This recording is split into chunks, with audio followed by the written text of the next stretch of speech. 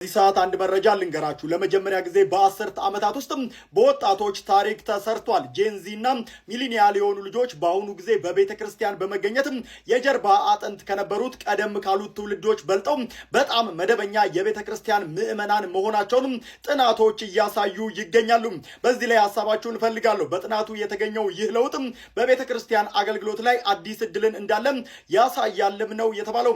ወጣቶቹ መንፈሳዊ ነገር ላይ ጠንካራ የመሆን ፍላጎትን እያሳዩ መሆኑም ከሃይማኖት ርቀዋል የተባሉትን ነገር የሚቃረን ሆኗል ተብሏል።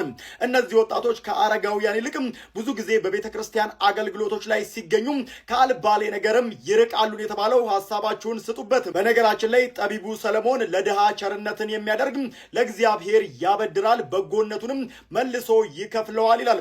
እኛስ ታዲያ በተሰጠን ጸጋ ምን እያደረግንበት ይሆን? በሙታንሳ የማር ቅዱስ ሚካኤል አንድነት ገዳም የሚገኙ አባቶች ዛሬም በተለያዩ ሰው ሰራሽና ተፈጥሯዊ ችግሮች እየተፈተኑ ይገኛሉ። እስካሁን ባለው ሁኔታም ታዲያ የአባቶች በዓትም እየተሰራ የሚገኝ ሲሆን በገዳሙም የቅዱስ ሚካኤል ህንፃ ቤተክርስቲያንን ለመስራት ዝግጅት እየተደረገ ይገኛል። ለዚህ ገዳም ለነዚህ መነኮሳት ድጋፍ ለማድረግ የኢትዮጵያ ንግድ ባንክና የአቢሲኒያ ባንክ አካውንቶች እዚህ ጋር ከላይ ተቀምጠዋል። በሱ በኩል ድጋፍ አድርጉ። ከታች በተቀመጠው ስልክ ቁጥርም ደውላችሁ አባቶችን አገኟቸው። መልካም ቀን።